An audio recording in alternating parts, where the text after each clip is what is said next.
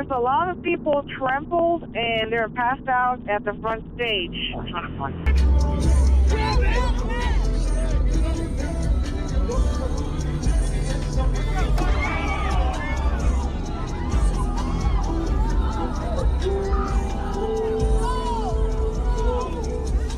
HBCP team interrogated reports. Right now, that crowd is super thick, super dense. If you go in there, this could possibly turn into an officer rescue situation, and that makes it extremely dangerous for everybody. So right now,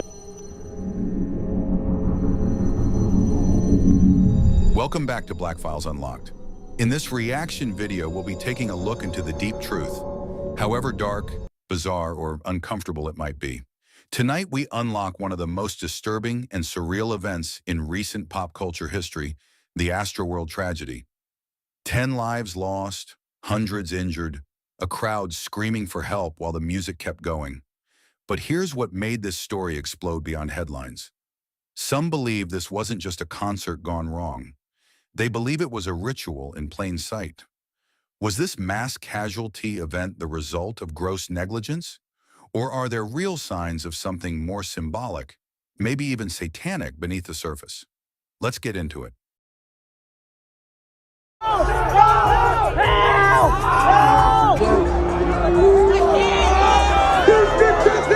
As the crowd raged, Aiden prayed. Prayed for him to accept me into heaven, accepting him as my Lord and Savior. In that moment, a miracle. Aiden says he locked eyes with a friend who dragged him up from a pile of people. Unable to breathe, piles of people on the ground, some clawing on their clothes as a lifeline, trying to get up so they weren't trampled, pressed so close to strangers that you couldn't lift your arms or turn your head. They were trapped and helpless. I was literally praying and I was like, please get me out of here. Like, this is not how I want to go, please. Picture yourself standing before the ancient pyramids of Giza.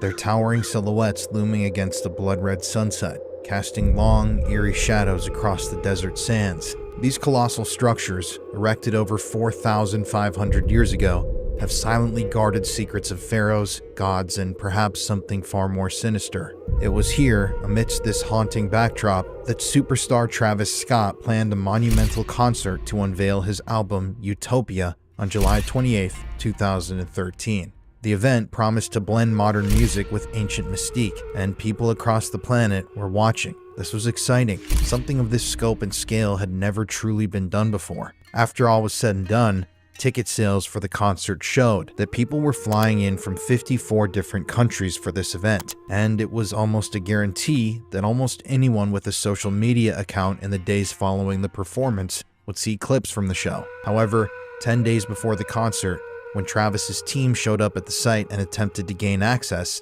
they were denied without explanation. The sun was beating down on them, and they were now working against the clock to get this event set up. On day 9, they tried to gain access to the site once again, and again, officials told them that they didn't have permission to be there. And then suddenly, the Utopia release show was abruptly canceled. The album release party had been abandoned, and the scrubbed event was suddenly shrouded in whispers of forbidden rituals and cultural clashes. What dark forces could have silenced this spectacle before it even began? Travis Scott, a visionary known for his electrifying performances and avant-garde stage designs, envisioned the pyramids as the ultimate stage for his Utopia album launch. The concert had sold out in minutes, with fans worldwide clamoring to witness history unfold at one of the 7 wonders of the ancient world. Yet, like I just mentioned, only a few days before the event, after months of rigorous planning, the Egyptian Musicians Syndicate, a local group from Egypt, pulled the plug, declaring that Scott's performance would violate the cultural identity of the Egyptian people. This sudden decision left fans reeling and ignited a firestorm of speculation across social media platforms. The official explanation for the cancellation, as given by the group in a written release, stated that the event was canceled due to, quote, complex production issues, a vague term that hinted at logistical hurdles in the desert setting. But beneath this surface-level excuse were darker allegations. The Musicians Syndicate, in their written release, referenced peculiar rituals in Travis Scott's shows, suggesting that these rituals clashed with Egypt's societal values. In fact, one of the leaders of the syndicate, A man named Mustafa Kamal, a lawyer, released a statement after the show's cancellation, which included the following wording: "As the musicians syndicate is part of the fabric of our beloved country, it works towards its stability and security." Were over 50,000 fans packed into NRG Park for the long-anticipated return of Travis Scott's Astroworld Festival. Y'all may have heard about this story. It was hyped, it was crowded, it was chaotic. From the moment the gates opened, things were off. Fans trampled security, barricades went down, control was lost, and it was still hours before Travis even touched the stage. But it's not just the physical mayhem people are talking about. It's the symbols, the stage design, the messages on the screens, the strange vibes. Was it just over-the-top festival production? Or was something darker about to be broadcast? Colin Browen covered the November 5th, 2021, Houston, Texas story. Listen to this. After examining social media opinions and feedback, as well as the news circulating on search engines and social media platforms, which included authenticated images and information about peculiar rituals performed by the star during his performance, contradicting our authentic societal values and traditions, the syndicate's president and board of directors have decided to cancel the license issued for hosting this type of concert, which goes against the cultural identity of the Egyptian people. Immediately, social media erupted with claims that Travis Scott's performances harbored satanic or Masonic undertones, fueled by an online campaign that painted him as a figure of occult influence. But where did all these rumors really begin? Well, they can mostly be attributed to the theories and videos that emerged in the wake of the 2021 Astroworld tragedy, where a deadly crowd crush was spun by conspiracy theorists as a sort of demonic sacrifice. Were these accusations mere paranoia, or did they hold a kernel of truth that alarmed Egyptian authorities? The Astroworld incident cast a long shadow over Travis Scott's career, with TikTok and X platforms awash with videos claiming that his stage designs, like an alleged upside-down cross, opened portals to hell. And I remember this. Posts were popping up all across social media, stating that the Astroworld tragedy was filled with overt Masonic and occult symbolism. An Egyptian lawyer, Amr Abdel Salam, publicly denounced Travis Scott as a, quote, Masonic, satanic devil worshipper, end quote, amplifying the narrative that led to the permit's revocation. But was this backlash rooted in cultural protection? Or did it stem from fear of unleashing something uncontrollable at a site steeped in esoteric lore? So, what really stopped Travis from performing at the pyramids of Giza? Was it a straightforward clash of cultures? Or did the authorities sense a deeper, more unsettling threat? Could the pyramids, rumored to channel ancient energies themselves, have been deemed too potent a stage for Travis Scott's provocative artistry? Or was this all a misunderstanding driven by viral misinformation and the human tendency to fear the unknown? Well, to understand, we have to go back to November 5th, 2021 in Houston, Texas.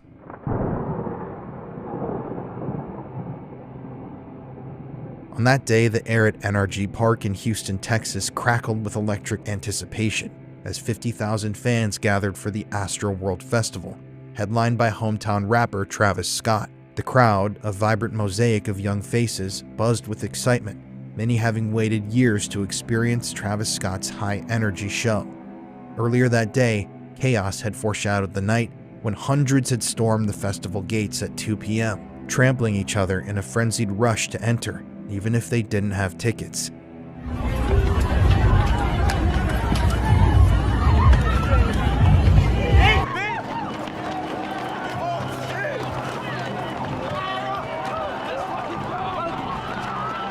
As night fell that night, the stage lights flared, illuminating a towering set designed with a mountain and a giant eyeball, a spectacle that promised an unforgettable show. And despite the cool November breeze, the heat from thousands of packed bodies created a stifling atmosphere, thick with the scent of sweat and adrenaline. The crowd swayed and chanted, unaware of the nightmare about to unfold. We're gonna die.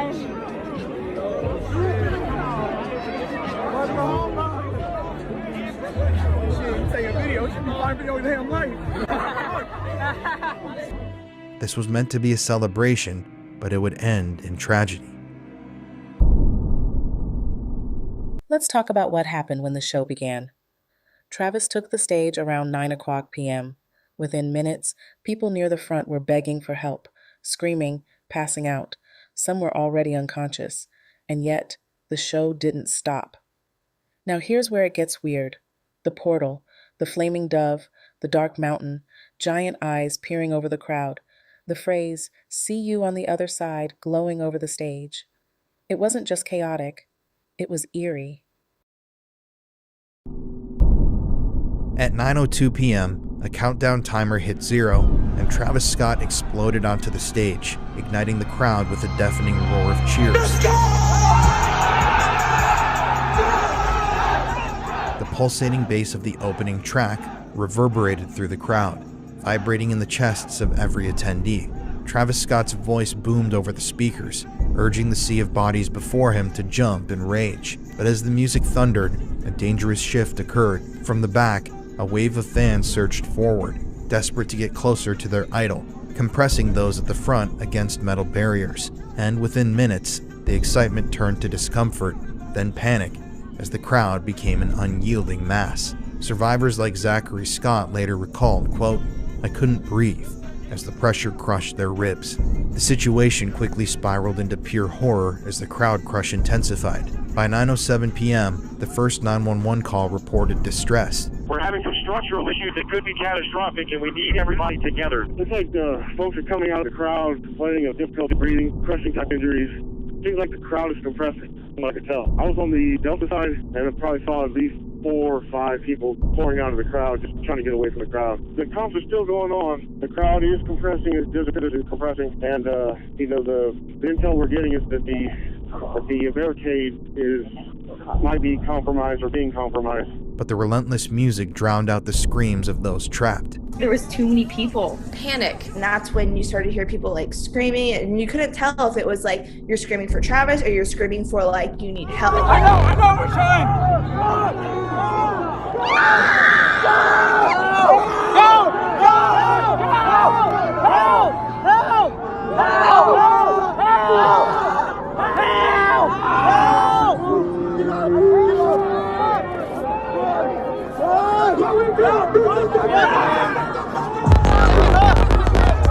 I see somebody in the tree. Turn the lights on. Turn the lights on. Turn the lights on. Make some noise for my boy right there, hanging in the tree right there.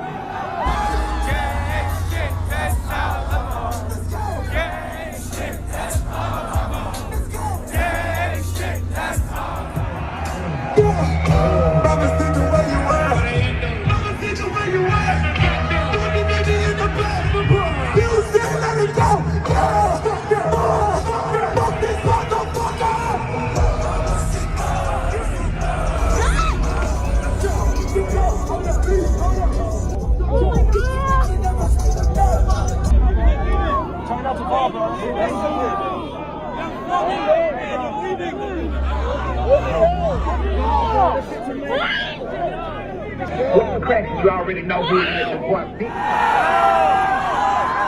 Before we keep going,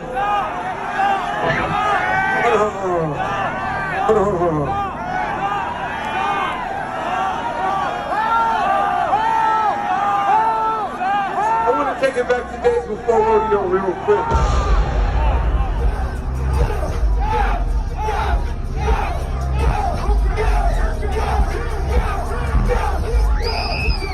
Had your arms down or up. You weren't just like doing this.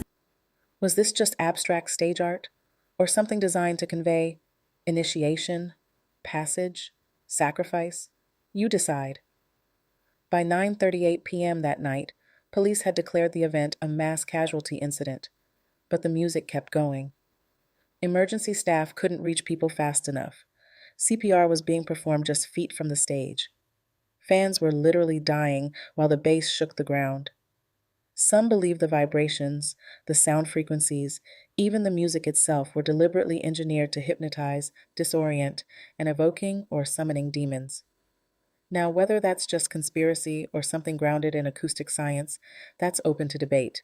But the facts? 10 dead, hundreds traumatized. People gasped for air, their arms pinned, faces turning purple from oxygen deprivation, as described by survivor Julius de la Copa.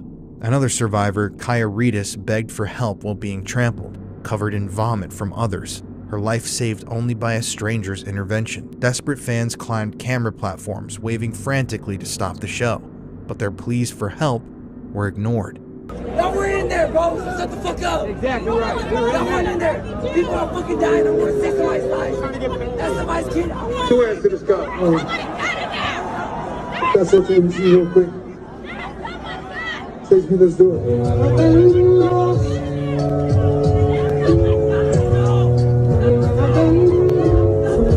Lost on Irish in the boat cars. Somebody here trapped on the ocean.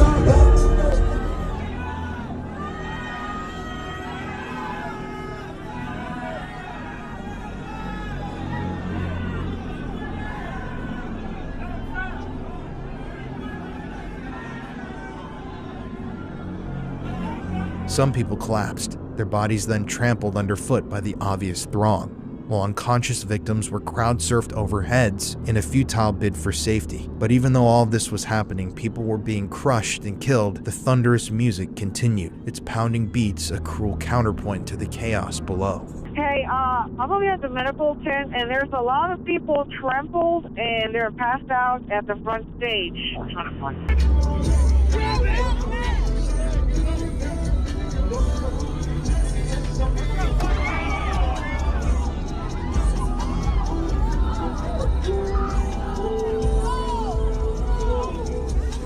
HBCP team interrogated reports. Right now, that crowd is super thick, super dense. If you go in there, this could possibly turn into an officer rescue situation, and that makes it extremely dangerous for everybody. So right now, if you can get in on the perimeter, get to them. If not, try your best and go commands into that crowd to help out. Other than that, be careful. I was like, man, this is not safe. Like, I started to notice, I look in front of me, I see people crying. I look in the side of, I see my friends, they're yelling for help. They're saying, we got to get out. She can't breathe! She can't breathe!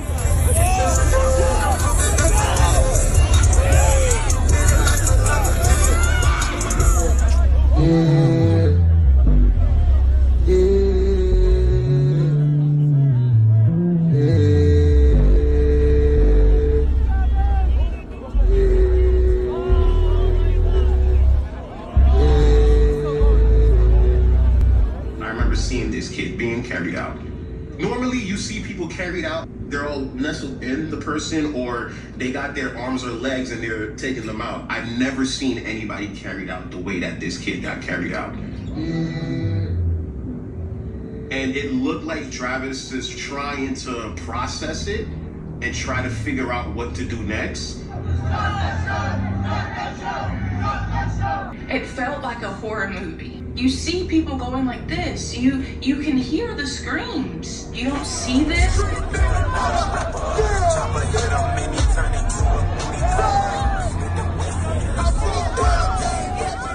At 10:12 p.m., the performance finally ended, and the stage lights dimmed, revealing a scene of pure devastation and terror. Motionless bodies lay scattered across the ground, their faces etched with the agony of their final moments. Medics rushed through the crowd, performing CPR on victims like 9-year-old Ezra Blount, the youngest to die that night. Ambulances, their sirens piercing the night, struggled to navigate the dense crowd to reach those in need. After all was said and done, 10 lives had been lost to compressive asphyxiation, a death likened to being crushed by a car, with hundreds more injured. The festival, intended as a joyous escape, had become a graveyard of dreams, leaving survivors and their families scarred forever. The tragedy sparked lawsuits and investigations, but no criminal charges were ever filed, leaving many to question how such a nightmare could unfold. Immediately after the end of the event, people on social media began analyzing the footage, and they began to claim that what they had witnessed that evening wasn't a stage show. It was a human sacrifice of demonic proportions. And pretty soon there were hundreds of thousands of people discussing how Travis Scott had murdered 10 people that evening for his occult masters in an attempt to ascend to a higher plane of consciousness. But was there truth to any of this? Did any of these symbols actually mean anything? Or were these just bizarre, baseless accusations? Well, let me tell you, there's definitely more here than meets the eye. Okay, now, let's talk ritual theory. Some viewers claim the layout of the stage resembled a portal, a kind of stargate. Others point to ancient symbolism in the visuals, the fire, the dove, the passage through mouths or arches. Skeptics say it's just shock value design, that concert stages have always borrowed from mythology and horror to create an experience. But here's the question. If even one designer knew the symbolism behind what they were building, what does that mean for the intention? Travis Scott has always played with the edge, raging crowds, rowdy energy, but that night the edge became a cliff. Lawsuits followed, hundreds. Accusations pointed to Live Nation, the organizers, the city, and Scott himself. And yet, no criminal charges were filed. Is that justice, or is it the industry protecting its own? What do y'all think? Let us know your opinion, guys. The imagery, combined with the festival's chaotic energy. We have to end this video, guys. Part 2 will be posted tomorrow. Thanks for watching. Make sure to get notified. Hope you enjoy.